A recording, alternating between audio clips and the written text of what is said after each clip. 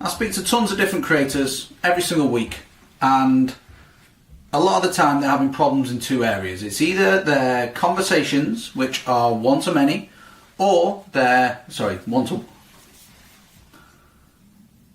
I speak to tons of creators every single week, mainly coaches, consultants, small business owners who are struggling to attract the right leads, or maybe any leads at all.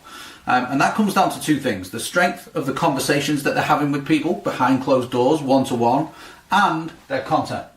They're one-to-many, so the glue that holds everything together, the real trust builder. So I've spotted a pattern, and I've worked with people over the past 3 to 4 years now, helping them position their offer, their content strategy, and also their lead gen approach across Instagram, LinkedIn, email, and YouTube. This video is primarily going to be talking about LinkedIn and Instagram content, so the short form type stuff, but I'm going to break down this pattern that I've spotted. And chances are, if your content's not performing overall, I'm not talking about just zooming in on one particular piece and shitting yourself when it doesn't work. I'm talking about the longer game, or certainly the mid-term game. I'm going to break down the 7 sins, the 7 deadly content sins that I see cropping up time and time again with smaller creators. So, there are 7 of them, as I say. We're going to start with number 1, and I can't actually remember what these are because I prepped this board last night, but it's taken from an upcoming lesson that I'm going to give our clients inside our C2C program.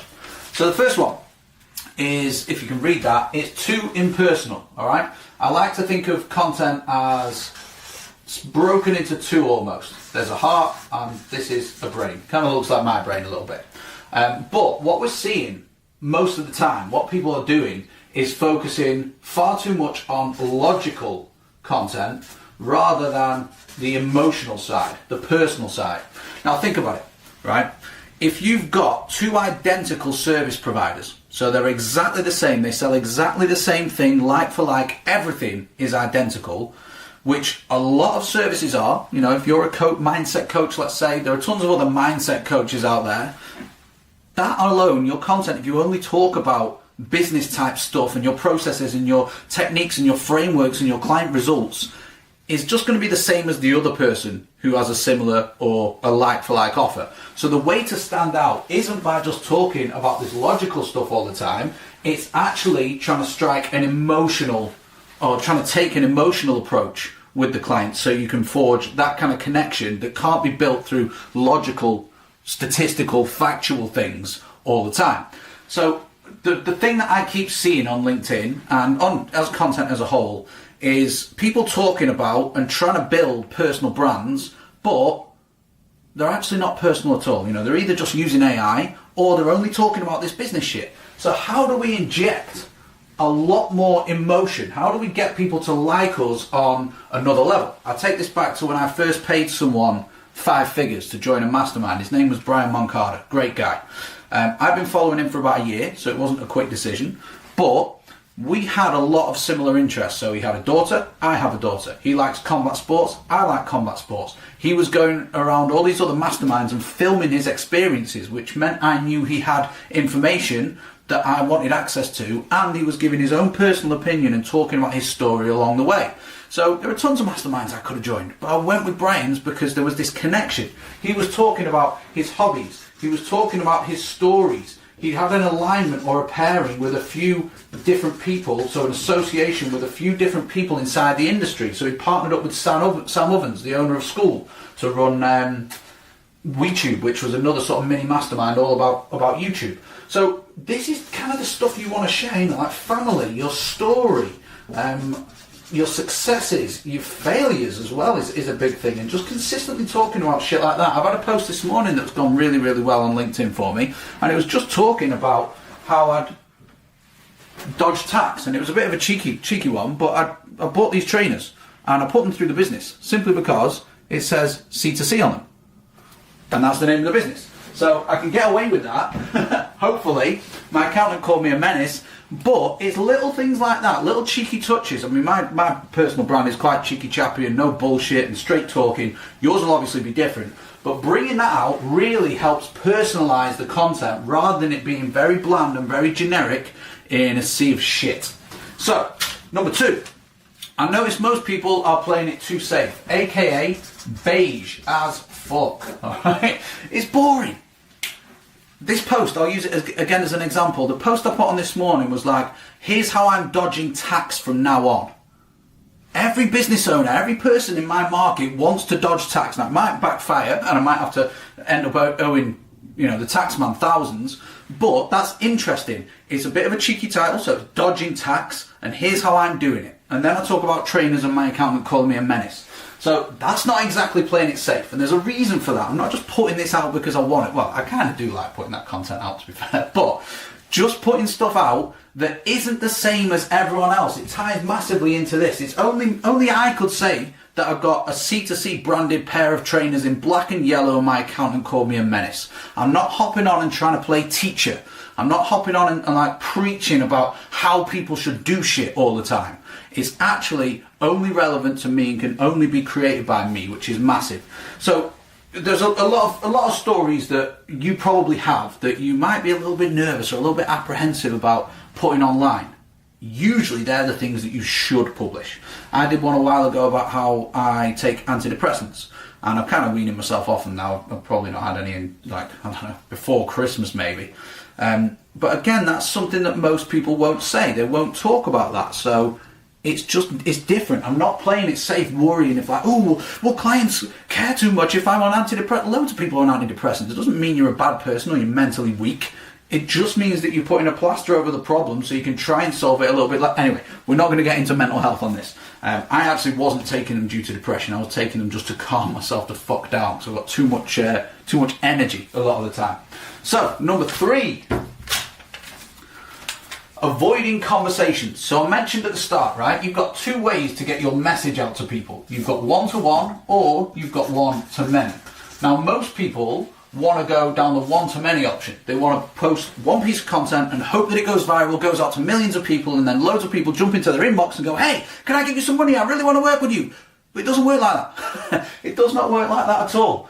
The one-to-many stuff, the content is great. It does bring people inbound if it's written well, and there are loads, I'm not going to get into content strategy here, but there are loads of different angles you can take with your content. You either want to capture new attention, build trust, or convert people is the way I like to look at it. But people use this content as an excuse to avoid this part, the one-to-one, the personalized conversations that you need to have with people in order to potentially get them to download, to buy, to book a call, whatever it may be. And that's why you hear massive gurus like Alex Hormozi just talking about outbound teams. They have call centers where people are actively ringing people who've downloaded lead magnets, people who've had interactions on the website. They're ringing up old people who haven't converted in the past. They're ringing up people who are existing clients and re-offering to them. They're going one-to-one and they're going outbound, all right?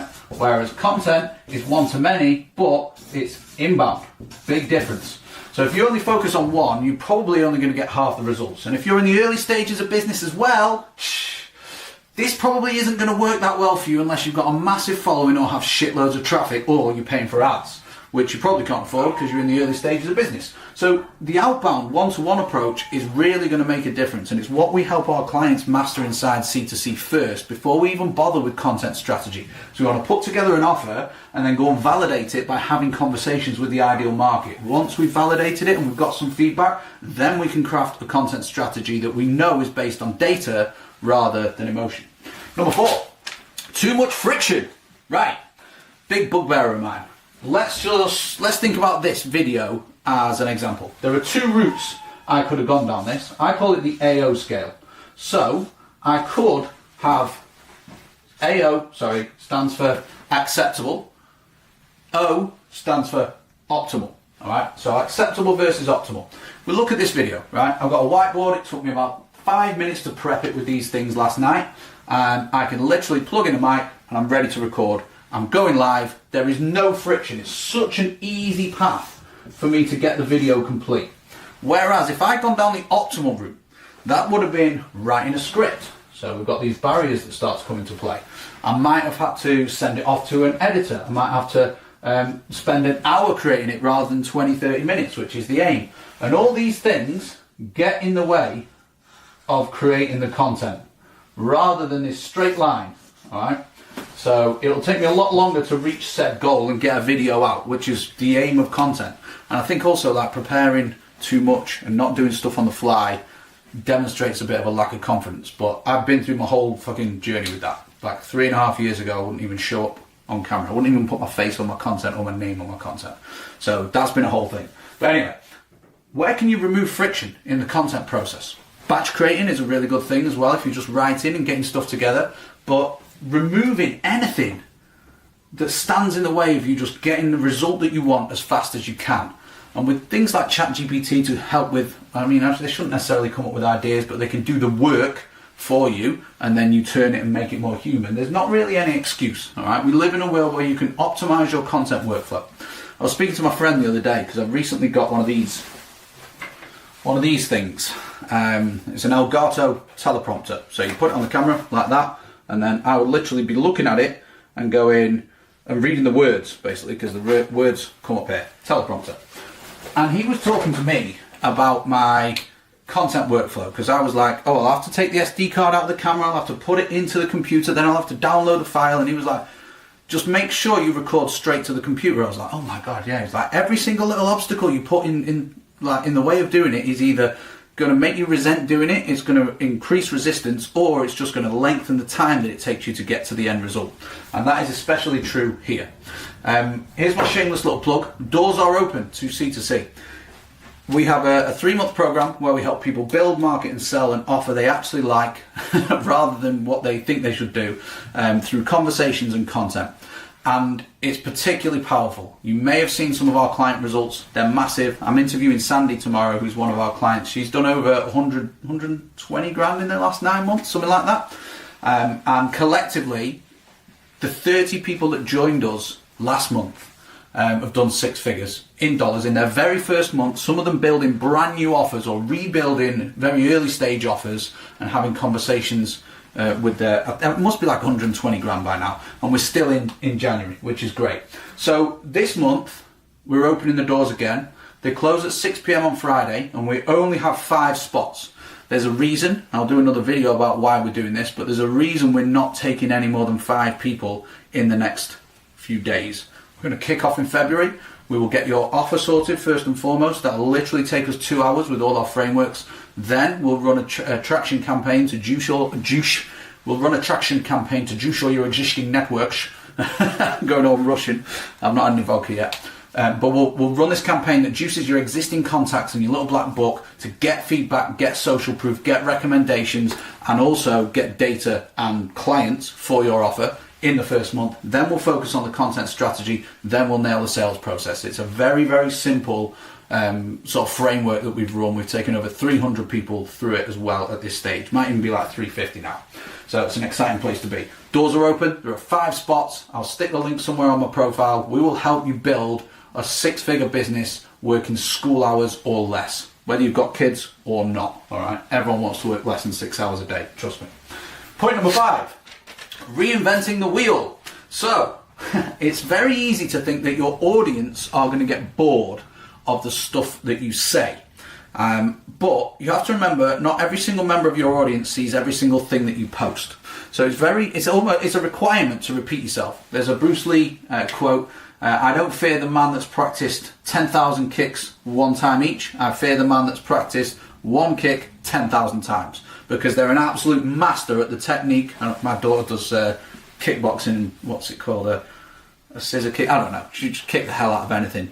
But that's because she's practiced and practiced and practiced these particular techniques and these kicks on their own, and learn how the body needs to be fluid and move, and what parts need to be pinned to the floor and balance and stuff like that. And you can only get that when you do something again and again and again.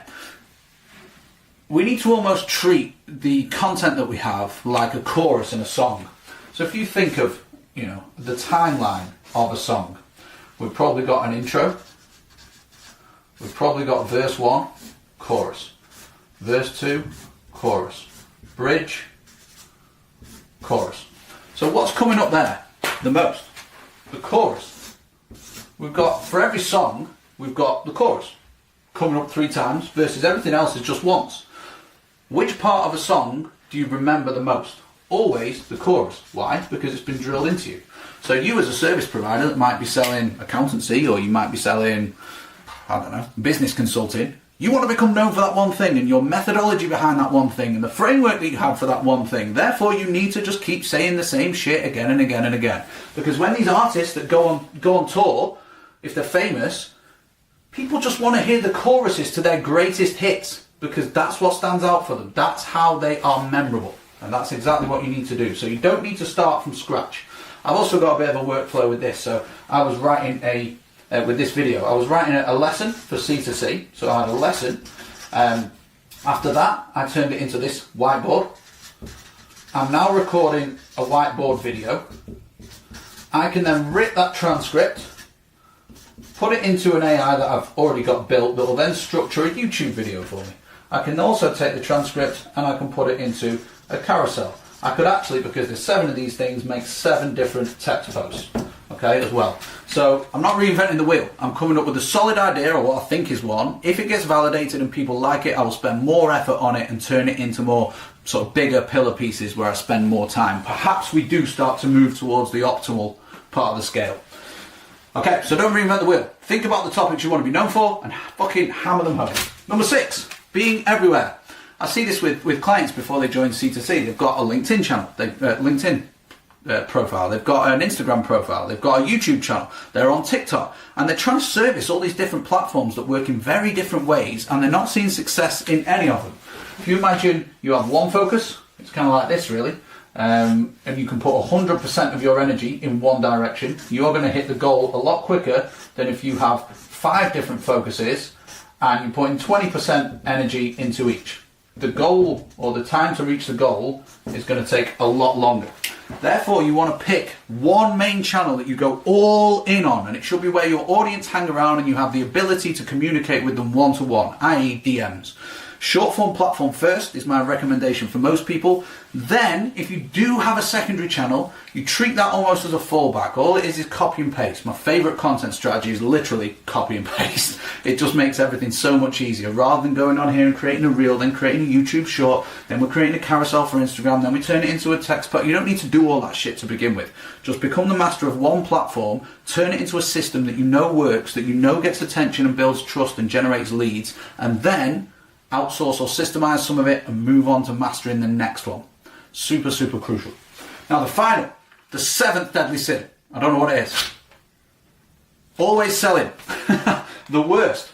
So there are 2 types of people that or archetypes I should say, that I entirely, well, they boil my piss, is a polite way to put it. They're 2 groups. Their content is only ever trying to do one of 2 things. They're either trying to go viral with every post, so they get loads and loads of followers and they look fucking cool, or they're only trying to sell on every post, and all they do is talk about their offer. It comes back to this logical versus emotional thing. The problem is, when you sell all the time, people will zoom the fuck out, because all you're doing is talking about your offer. It's absolutely boring apart from someone who already loves you and is on the fence about giving you money. That's why I try and stay away from this. So if we talk about this being the top of the funnel, is the viral stuff, and then selling is at the bottom, what's in the middle? Well, I've said the word about 3 times already, trust. And for me, middle of funnel content is what works best 80, maybe even 90% of the time. Going viral is an absolute fucking pain in the arse. It will bring you, I went viral a couple of times on Instagram and it just smashed my account to bits because I was getting the wrong type of followers. My content at the top was too wide. It wasn't about me or what I do. It was just me trying to attract attention, and it worked, unfortunately. It opens the gate as well to loads of weirdos who've all got their opinion and they all start chipping in and telling you how you should fucking live your life and all that, and it's just a pain. The bottom of the funnel, if you're always selling, minimal engagement, no one will care and they will tune out because your message becomes saturated, because you're saturating your own message essentially. So trust, nurturing, building connections, putting your emotions into your content rather than just being factual is the way to go. So if we had to look at a split of this, I would prioritize that for 80%, let's say 70% trust content.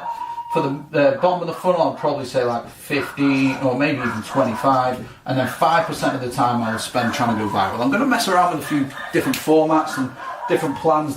My dog is going nuts. Different plans for my content this year, but we shall see. However, don't spend time trying to get new followers like the guru's trying to tell you to do, and don't sell all the fucking time. I'm not saying don't mention your offer at all, but don't make every fucking post about your business. Oh my god. Especially if you're trying to build a personal brand. Has the word person at the start. Anyway, the dog's pissing me off, and doors are open for C2C. Hope that was helpful. If it was, there'll be some links somewhere where you can download some stuff or find out more details about the program or whatever. I can't focus with this noise. No animals were harmed whilst the camera was on. Goodbye.